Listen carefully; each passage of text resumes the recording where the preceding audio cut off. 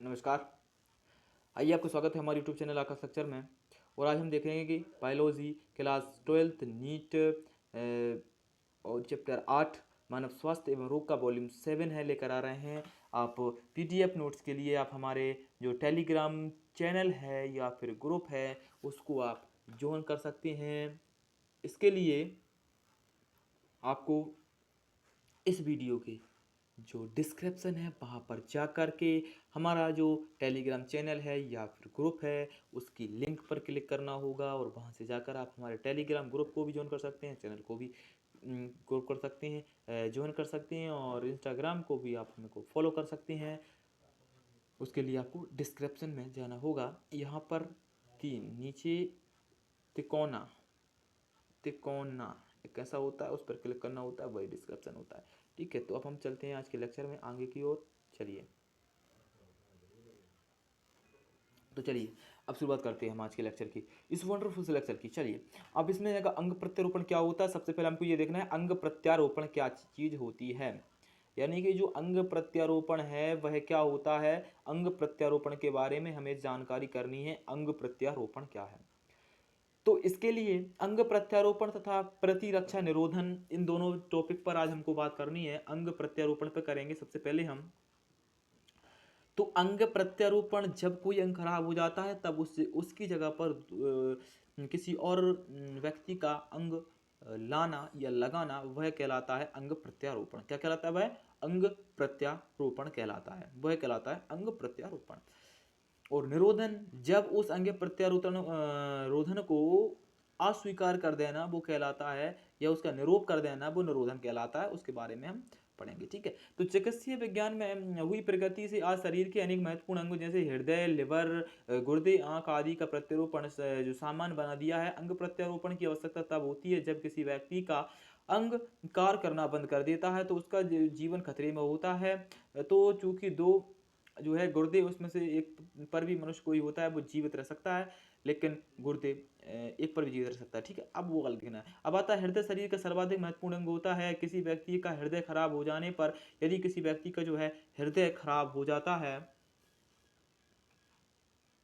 Sorry रुक जाइए, अगर किसी व्यक्ति का जो है हृदय खराब हो जाता है,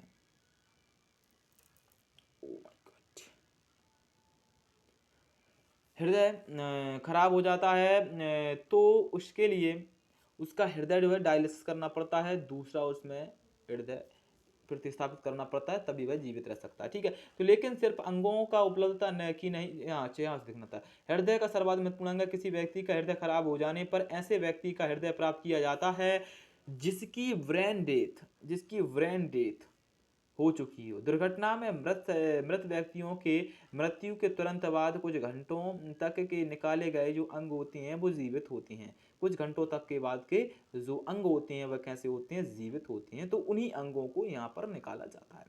लेकिन प्रश्न सिर्फ अंगों की उपलब्धता का ही नहीं है। जैसे मनुष्य को शरीर में किसी रोगजनक या बाह्य पदार्थ के प्रति प्रदर्शित कर उसे बाहर निकालना, फेंकने के लिए पूरी जो कोशिका जो कोशिश करता है, उसी प्रकार किसी भी अंग प्रत्यारोपित होने पर शरीर उसे भी अस्वीकार करने का पूरी कोशिश करता है। तो हम उसी को क्या कहते हैं? कोशिका निरोध कहते हैं। तो जो कोशिका निरोध का कारण होता है वो क्या होता है? वो होता है कोशिका माध्यित प्रतिरक्षा अनुक्रिया ही अंगों को प्राप्त करने के जो अस्वीकार करने के लिए उत्तरदायी होती है। आपको ये सिर्फ याद रखना है कि जो कोशिका माध्यित अनुक्रिया ही है जो अंगों को जो अस्वीकार करने के लिए ये कार्य करती है, वह क्या होती है? कोशिका माध्यित प्रतिरक्षा अनुक्रिया। ठीक है,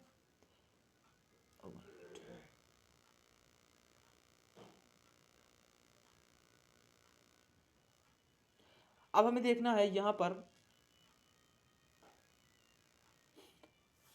कि जो प्रतिरक्षा निरोध है यानी इम्यूनि जो सपोर्टेंस है वो क्या है? देखो, जैसा कि नाम से स्पष्ट है कि जो प्रतिरक्षा निरोध यानी औषधियां, वह औषधियां जो अंग प्रत्यारोपित व्यक्तियों को गाहक इसलिए दी जाती हैं ताकि उसका जो प्रतिरक्षी तंत्र है वो दमित रहे या प्रत्यारोपित अंगों को अस्वीकार ना करे। किसी ऐसे व्यक्ति को जिसमें किसी अन्य व्यक्ति का अंग प्रत्यारोपित हुआ है, उनको ये दवाइयां सेवन अनिवार्य होती हैं। कौन सी? जो प्रतिरक्षा निरोधक।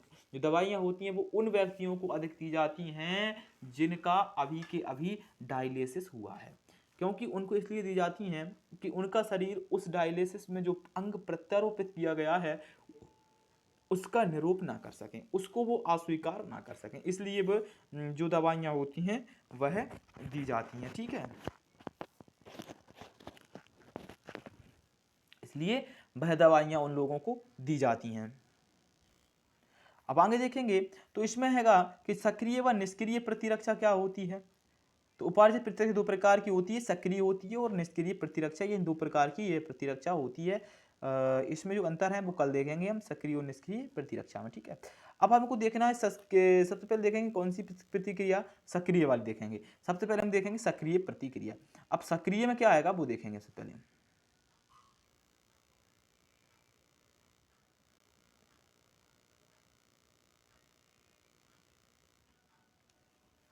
चलिए अब हम देखेंगे सक्रिय प्रतिरक्षा अनुक्रिया क्या होती है। तो इसमें सबसे पहले देखेंगे सक्रिय प्रतिरक्षा जो एक्टिव इम्यूनिटी होती है वो क्या होती है, जब जब प्रतिरक्षा या एंटीबॉडीज का उत्पादन स्वयं उसी व्यक्ति की कोशिकाओं द्वारा होता है। यानी कि जब प्रतिरक्षी या फिर एंटीबॉडीज का जो निर्माण होता है जब स्वयं उसी व्यक्ति की कोशिकाओं द्वारा होता है, जब स्वयं उसी व्यक्ति की कोशिकाओं के द्वारा होता है, तब तब जो सक्रिय प्रतिरक्षा मतलब जो प्रतिरक्षा उत्पन्न होती है वह प्रतिरक्षा क्या कहलाती है, सक्रिय प्रतिरक्षा कहलाती है, जब उसी व्यक्ति के अंगों के द्वारा प्रतिरक्षी का उत्पादन होता है। तो रोगों को शरीर में प्रवेश करने अथवा टीकाकरण के कारण भी लिम्फोसाइट की प्लाज्मा कोशिका एंटीबॉडीज उत्पादन करने लगती हैं। एंटीजनों के संपर्क में आने के कारण शरीर में एंटीबॉडीज का उत्पादन सक्रिय प्रतिरक्षा कहलाता है। अब सक्रिय प्रतिरक्षा जो होती है वो धीमी गति से विकसित होती है। सक्रिय प्रतिरक्षा जो होती है वह धीमी गति से विकसित होती है, उसकी गति जो होती है वह धीमी होती है, वह धीमी गति से ही विकसित होती है। जो सक्रिय प्रतिरक्षा होती है वह धीमी गति से विकसित होती है। कैसे विकसित होती है वह, चलिए आ गई।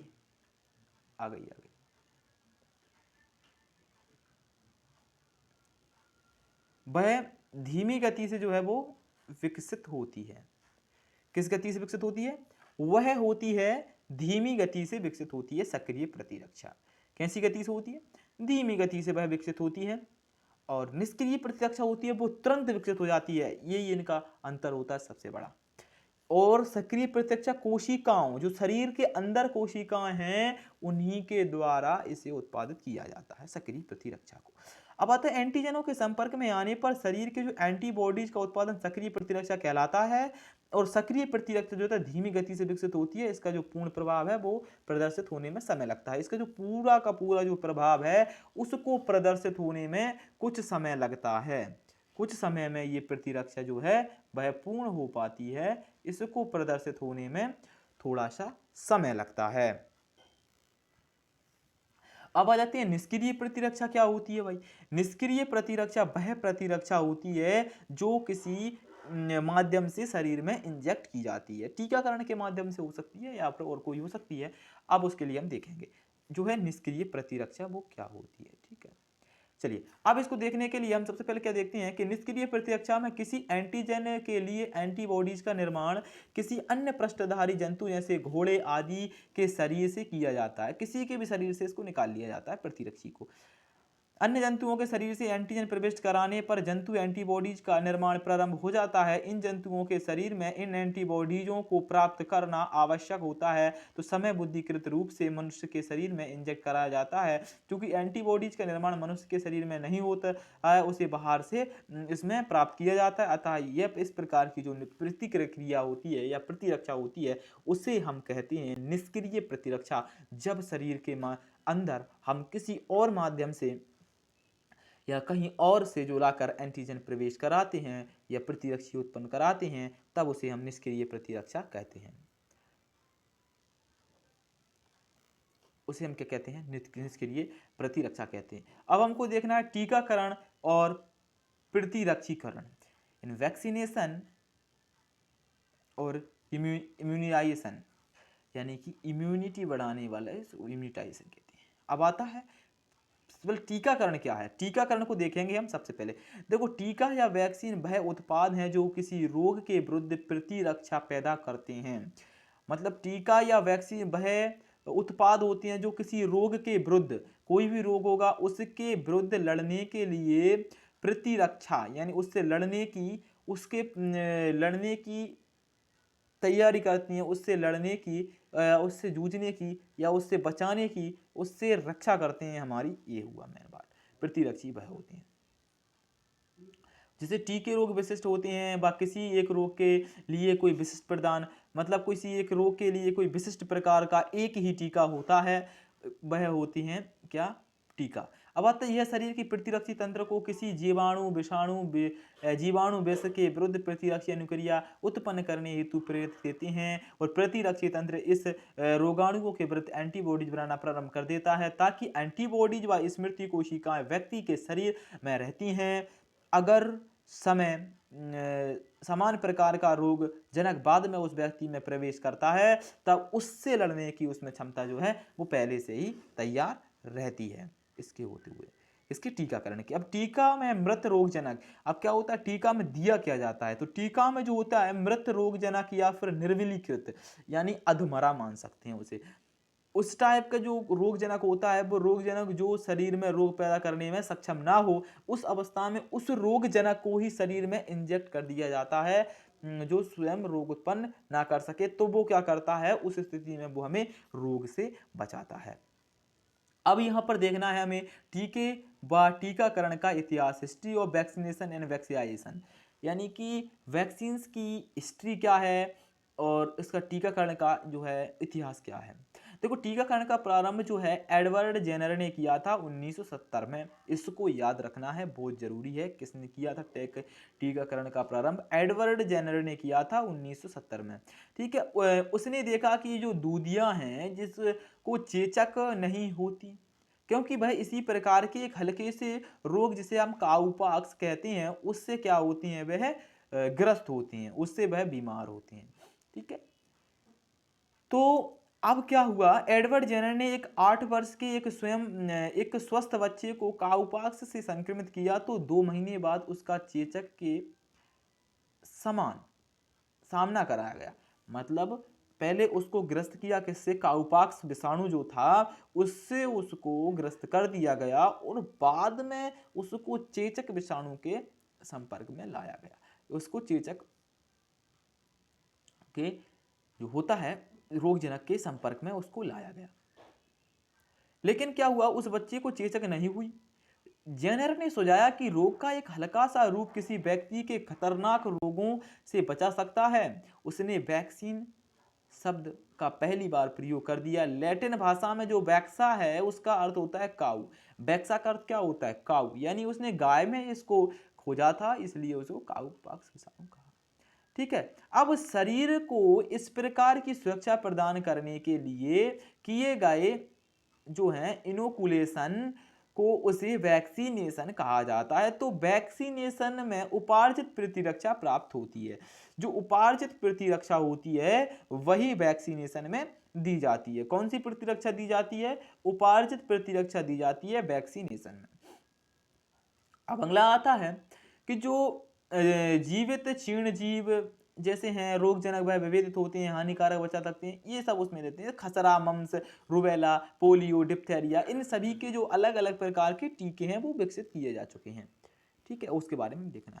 अब आ जाता है टीकाकरण यानी वैक्सीनेशन क्या होता है, उसके बारे में देखना है हमें। वैक्सीनेशन क्या होता है भाई? टीकाकरण जो है प्रतिरक्षीकरण का एक प्रकार होता है जो शरीर के प्रतिरक्षी तंत्र को उत्तेजित कर देता है। मतलब है शरीर का जो प्रतिरक्षी तंत्र होता है उसको क्या करता है, वह बढ़ा देता है, जिससे कि कोई रोगजनक अटैक करे तो उससे उसकी रोग की प्रतिरक्षा हो सके, इसलिए करता है।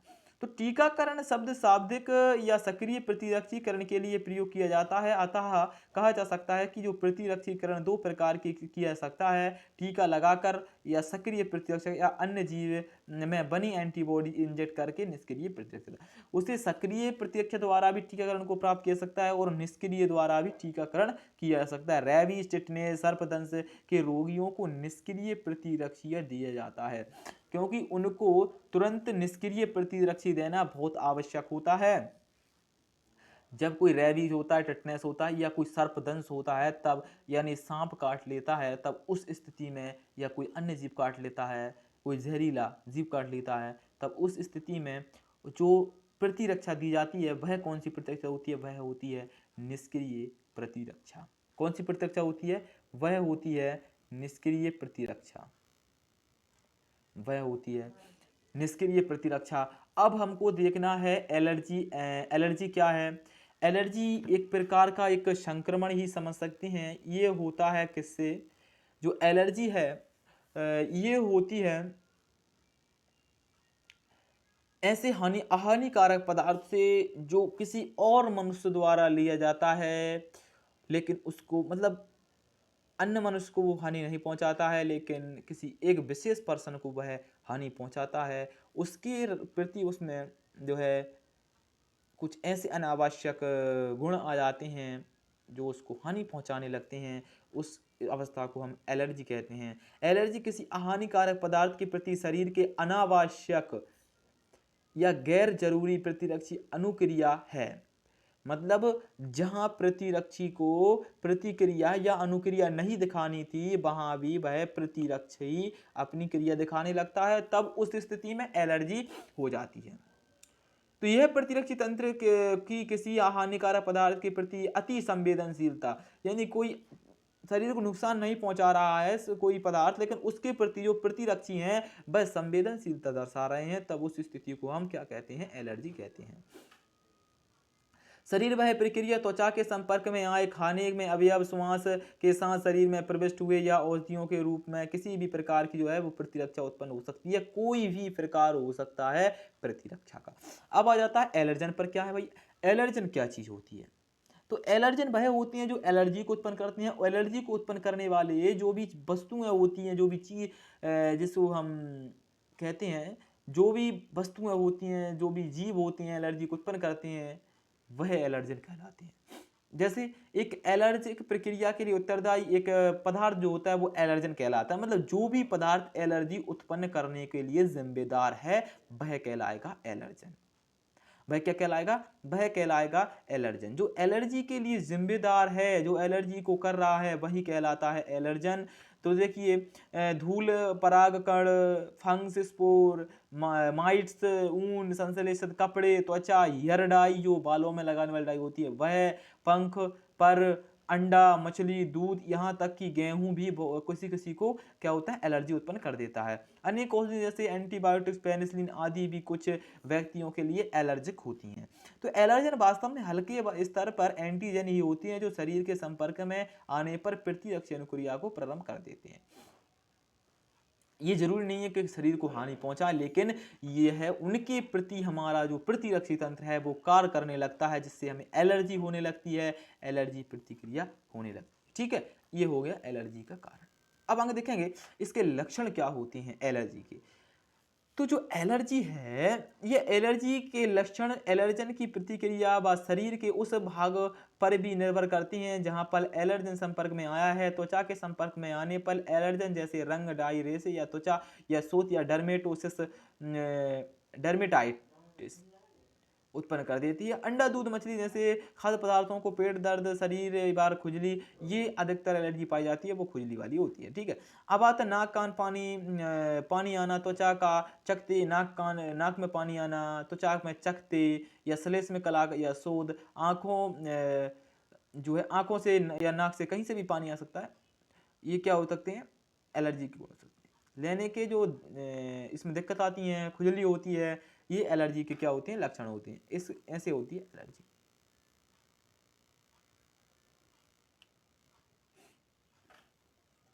ठीक है। अब इसका कारण आता है, कारण क्या है एलर्जी का? देखो एलर्जन जब पहली बार शरीर के संपर्क में आता है तो एलर्जिक प्रतिक्रिया उत्पन्न नहीं होती है। जब पहली बार शरीर के संपर्क में आता है तो उसके प्रति कोई प्रतिक्रिया ही नहीं होती है, लेकिन प्रतिरक्षी तंत्र का उत्तेजन हो जाता है। शरीर इन अहानिकारक पदार्थ के प्रति एंटीजन का निर्माण प्रारंभ कर देते हैं, जिससे एलर्जी में जो है आईजीई, हमने कल बताया था, आईजीई प्रकार की एंटीबॉडीज का निर्माण होता है, जो दोबारा एलर्जन के संपर्क में आने पर द्वितीय प्रतिरक्षी अनुक्रिया को प्रदर्शित कर देती है। मतलब यहाँ उसकी जरूरत भी नहीं है, लेकिन उसको वो क्या कर देती है, प्रेरित कर देती है, जिससे दोबारा एलर्जन के संपर्क में आने पर शरीर में द्वितीय प्रतिरक्षा जो अनुक्रिया है वो प्रदर्शित हो जाती है। यही प्रतिरक्षा एलर्जी व इस प्रकार के एंटीबॉडीज व मास्ट कोशिकाओं के चिपक जाते हैं, जिससे वह फटकर हिस्टामाइन या सेरोटोनिन, ये हिस्टामाइन व सेरोटोनिन ये जहरीले पदार्थ होते हैं जो हमारे शरीर द्वारा निर्मित किए जाते हैं।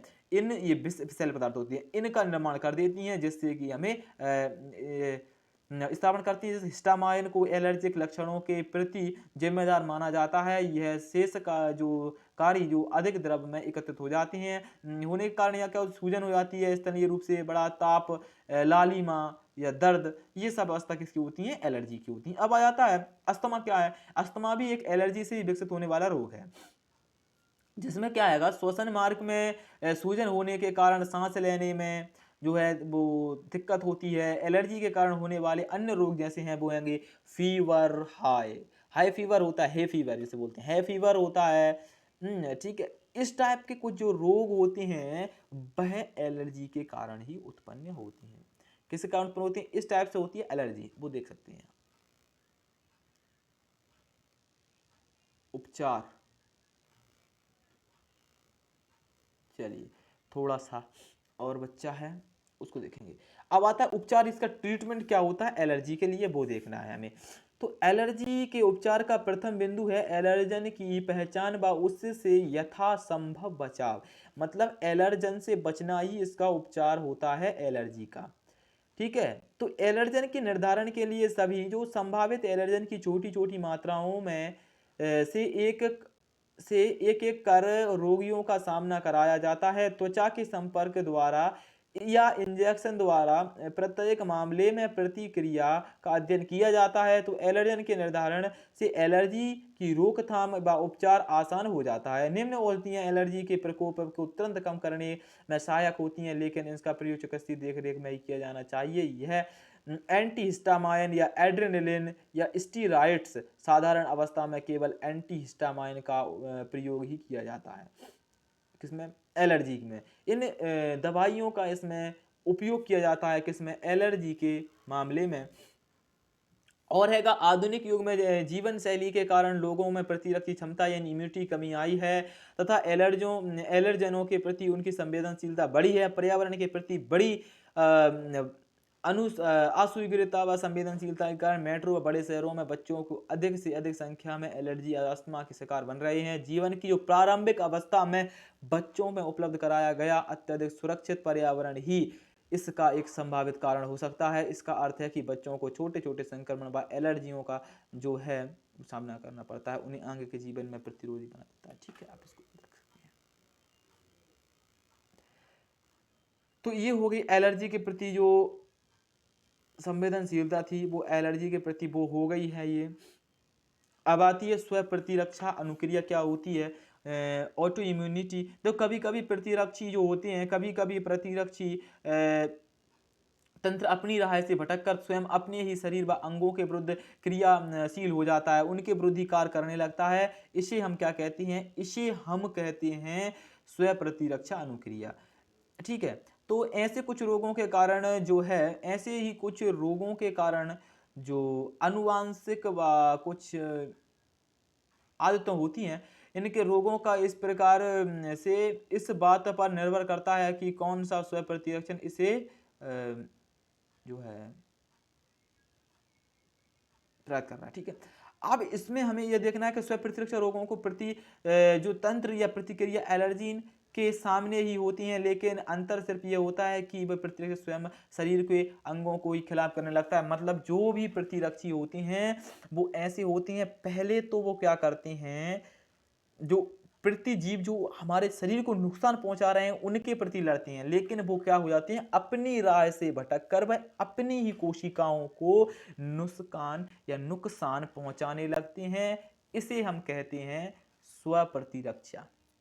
वो अपने ही जीवों, अपने ही कोशिकाओं, अपने ही शरीर को क्या पहुंचाने लगते हैं, हानि पहुंचाने लगते हैं, उसे हम स्व प्रतिरक्षा बोलते हैं। तो आम बाती संधि शोध जैसे रेम्यूटाइड्स, अर्थराइट्स बोलते हैं, इसी प्रकार का रोग है। इस रोग में प्रतिरक्षी तंत्र जो है वो जोड़ों व नजदीकी कोमल ऊतकों के विरुद्ध हो जाता है। वह हाथों, कलाई, अंगुलियों को जोड़ों में के विशेष रूप से अत्यधिक कड़े जो पीड़ा होती है, जो घुटनों में, या जो मधुमेह हो गया, ग्रेव्स डिसीज हो गया, ये सारे जो रोग होते हैं ये कैसे होते हैं, स्व प्रतिरक्षा अनुक्रिया के कारण उत्पन्न होने वाले रोग होते हैं। ये आर्थराइट्स, ये सभी के सभी जो रोग हैं वह होते हैं स्व प्रतिरक्षा अनुक्रिया के कारण उत्पन्न रोग। तो आज का ये लेक्चर था, ये हुआ पूरा। आकर के मिलेंगे एक नए लेक्चर में, तब तक के लिए थैंक यू, धन्यवाद।